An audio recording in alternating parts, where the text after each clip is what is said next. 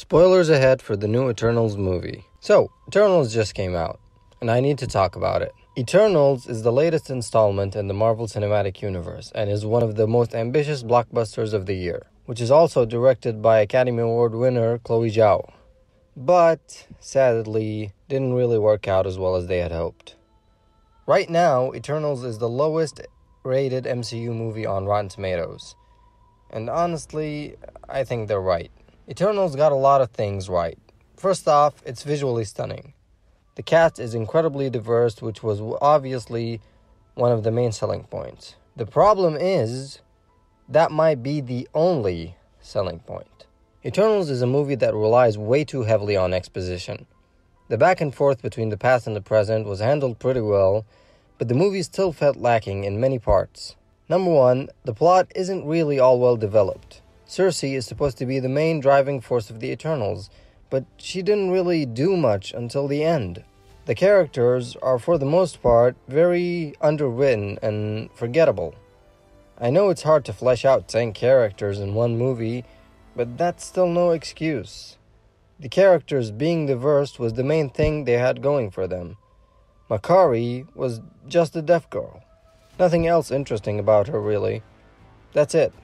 Cersei, for a main protagonist, was very bland and boring. She doesn't really feel like the main character until the plot needs her to be. Kingo was probably the biggest disappointment for me personally. Kumail Nanjiani is great, but his character is the comic relief of the movie. Nothing else really. He even sat out the final battle. The best characters by far were Ikaris and Athena.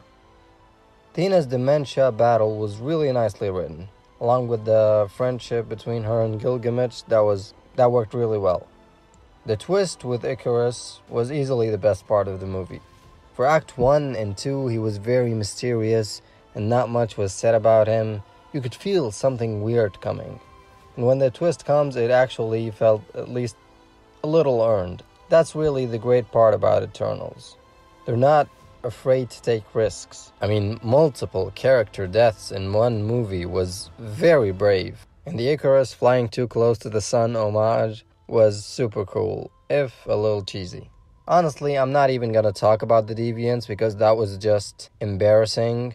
Easily some of the worst villains the MCU has ever seen. The biggest problem in the movie still remains the Eternals themselves. How very underwritten most of them felt. And the movie just lacked that liveliness that we get in the great Marvel movies. 6.5 out of 10.